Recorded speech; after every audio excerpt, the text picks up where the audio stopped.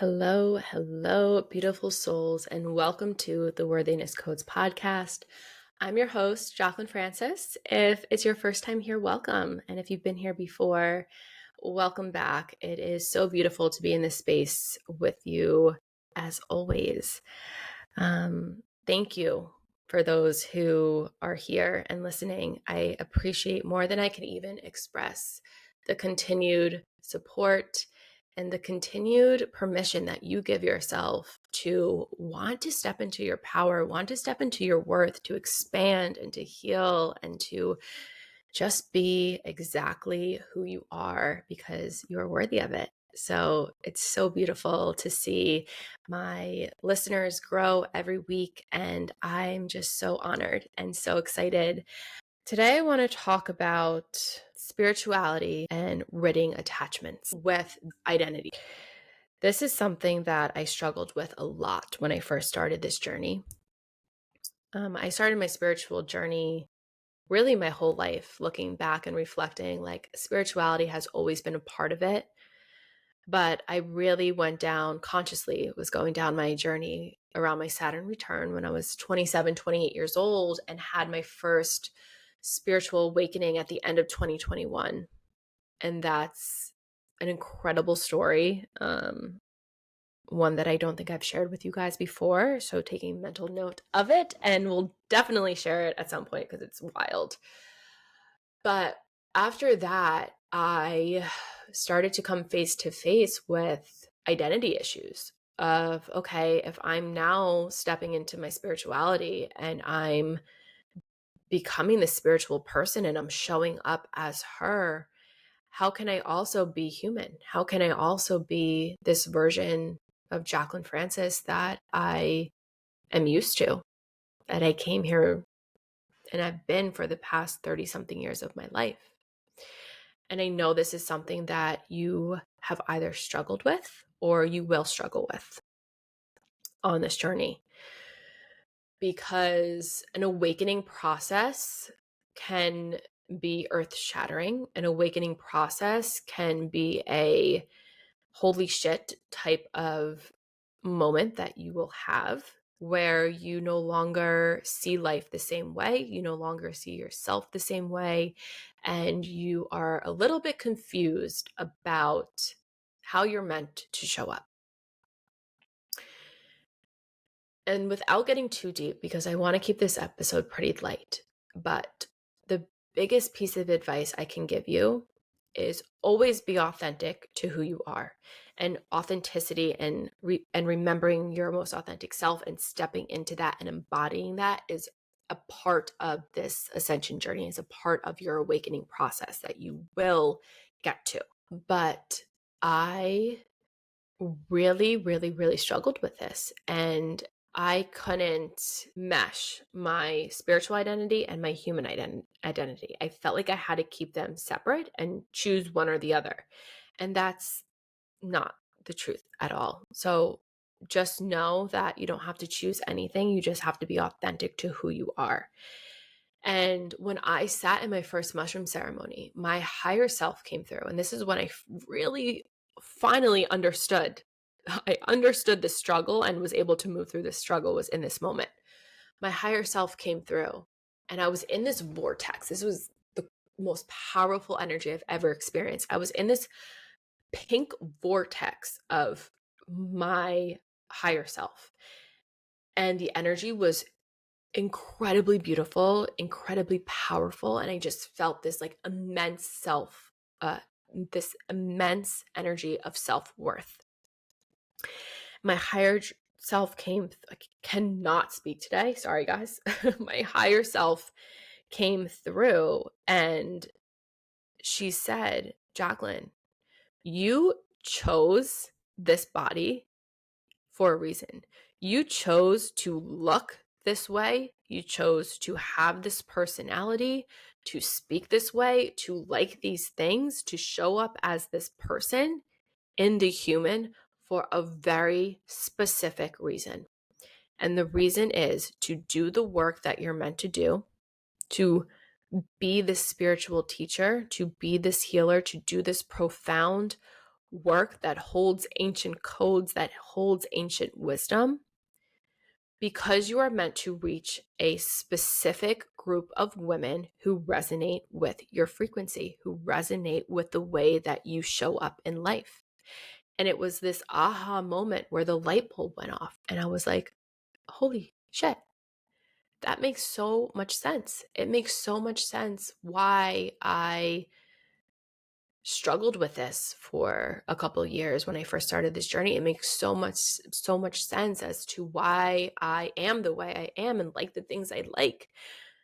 Not many women in the spiritual community look and act and show up the way that I do. And I know that it's because, okay, I'm meant to reach a certain group of people and they're going to resonate with me over, others that are teaching the same thing. And that is beautiful.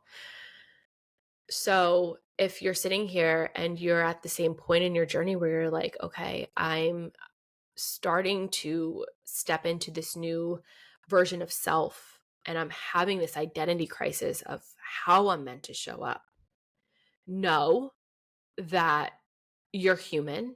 You chose your human.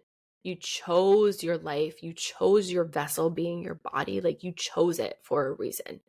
So as long as it's authentic to who you are, to this new version of self, where you let go of the patterns and the wounding and the conditioning and the identities that are not serving you, and you're still the person that carries this authentic nature to you, you're still the person that resonates with this new version of self. That is your authenticity, and you're meant to be there. You're meant to show up as her. And your soul will always be shifting and evolving. That's just the name of this game. When you choose to go down this spiritual journey and you say yes to your soul, to hold self-awareness, to accept the invitation into self-growth, like that's never going to end because your soul is infinite and it's beautiful to continuously want to grow and evolve. So know that your journey will shift. Know that your identities will shift along the journey as well. But it's all about remaining authentic to your human, to your soul, to your energy for where you are right now in the point of your journey. So a big part of this identity crisis that you might be having can show up in a few ways. For me specifically, I can share a few examples. One was drinking. I was a huge partier back in the day. I was a huge partier since high school. I loved to drink. I loved to be wild. I was always the life of the party. I moved to California from New Jersey when I was 24 years old, freshly single, and I was a psychopath. I was wild. I went out every night. I didn't have a job when I moved here, and I was crazy.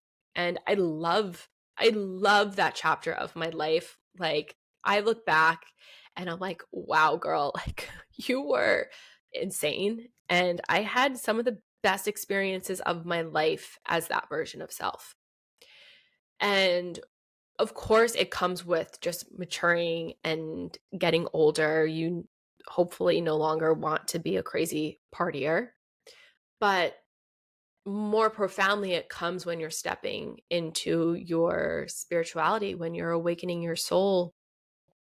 You realize that partying, that alcohol doesn't serve you. There's literally no benefit to it. Your body is a temple.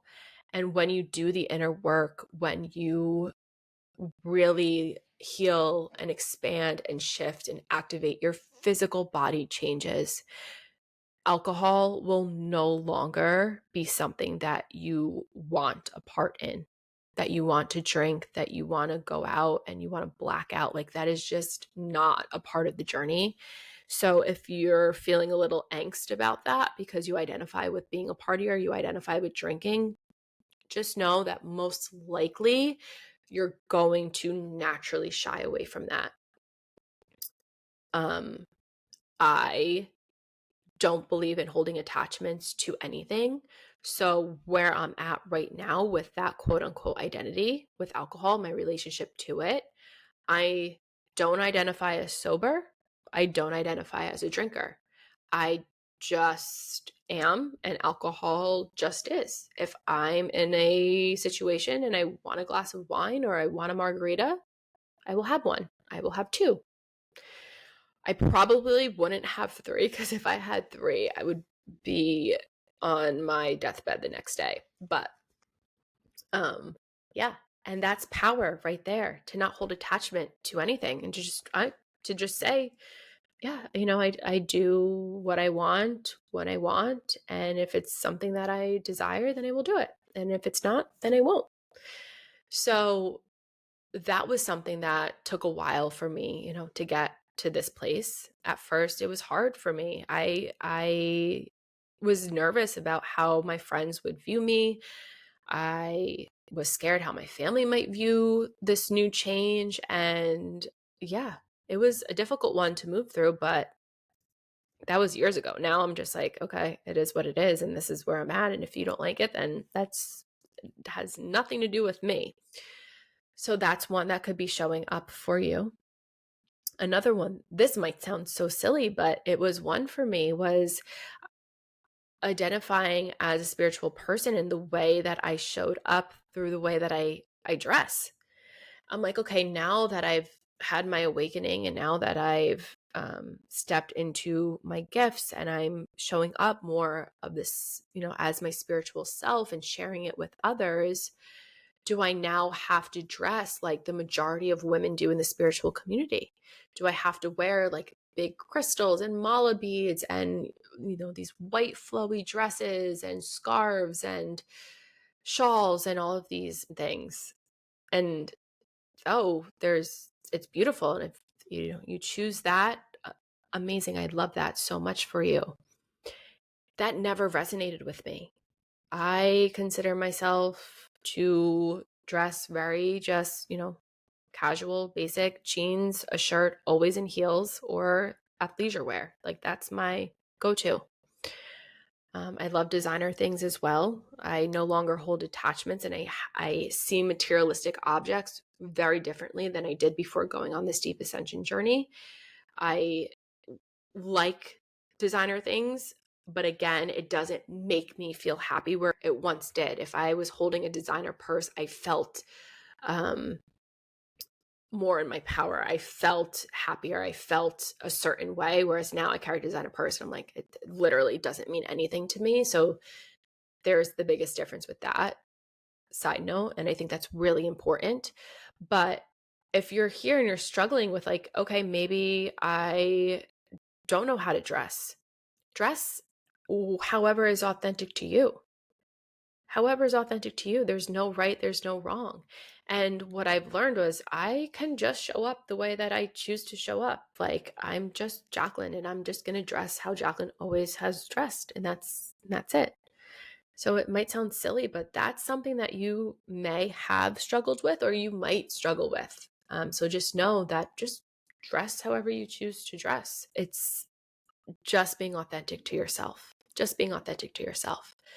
And another one that has recently come up, and it has been coming up so much in the spiritual community for women, is beauty.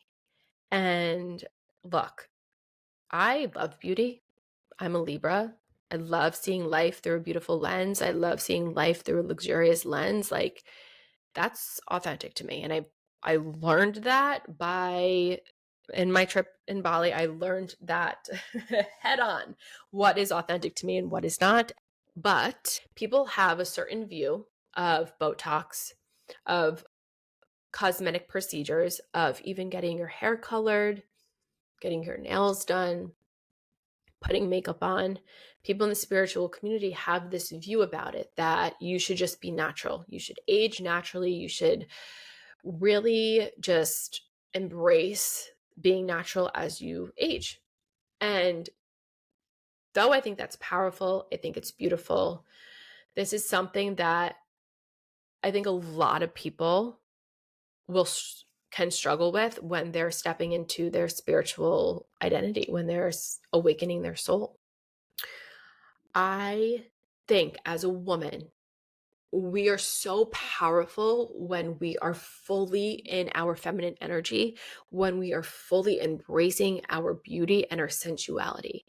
And I know for me, I have done a lot of the inner work to get rid of any attachment to beauty, to rid and heal any shame, to get into a place of unconditional love. I truly, truly, truly love myself for all that I am and all that I have been and all that I am becoming, all versions of self, unconditionally love her.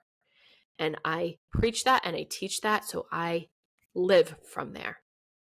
And I also agree with allowing your outer beauty to be reflective of that. Naturally, your inner world will reflect your outer world. And I've seen the difference within my skin. I've seen the difference within like my energy. I'm going to be 34 in September, and I literally have been told now more than ever, I look like I'm 26, 27, 28 years old. 26 might be a stretch, but I swear I've heard it. But it's because of like my inner world has shifted, and I hold this energy that is just so youthful and so young and just so beautiful that of course my outer appearance is going to reflect that. My energy is going to reflect that. And I also love and agree with getting my hair done, getting my hair colored, whether if I want to be brunette and enhance that, or if I want to go lighter and put some highlights in my hair, or get my nails done, or get my bikini waxed, or go and get Botox and some lip filler because it makes me feel a little bit better. There's nothing wrong with it. And I want to make that so clear because this is actually something that I didn't struggle with. I struggled with the alcohol and the dressing and how to dress more than I struggled with this. I didn't struggle with this, but I know that a lot of women will because of like the information that is being fed to you guys out there. Do what feels best, do what's authentic. But the moral of the story and the intention here is to always be authentic with who you are, to never feel like you have to become someone different solely because you are stepping into your spirituality, solely because you are awakening your soul. When you are spiritual, it simply means to know your truest essence, to know who you are at your core, and to live from that place. And when you live from that place, you will also understand the truth about life. And when you choose to move through life through the lens of truth, through the lens of higher consciousness, you are in alignment to who you are authentic, and that is what it is to be spiritual. So know that yes, you will be asked to shed things that no longer serve you, like the alcohol example I mentioned. Know that you will have an identity crisis or multiple, but you do not have to fit in a specific type of box to identify as being spiritual. You do not have to start wearing crystals and mala beads and white flowy dresses and, head wraps and things like that. If that does not resonate with you, if that's not authentic to you, you don't have to do that. And as long as you're doing the inner work to understand your innate beauty, to understand that you hold unconditional love and you are beautiful no matter what, you can still choose to go and enhance that beauty on the outside if it resonates with you. And if it's not, just putting like a Band-Aid on something because you're insecure and you want to go shoot up your face with Botox because you're insecure. If you're insecure, sit with that insecurity and find the root to it, and then be like, okay, I understand it. And now I feel more comfortable and more confident in my skin, but I still want to look beautiful on the outer, and I'm still going to go get that Botox because it makes me feel good. It's just, you are just reframing, right? You're just reframing it. And that's it. Easy lesson, easy reflection, something that I think is important. So take it or leave it. I don't know where you stand, but just know that you are who you are, and that is enough. And do not let anyone sway you from your authenticity. Do not let anyone project something onto you that is not yours.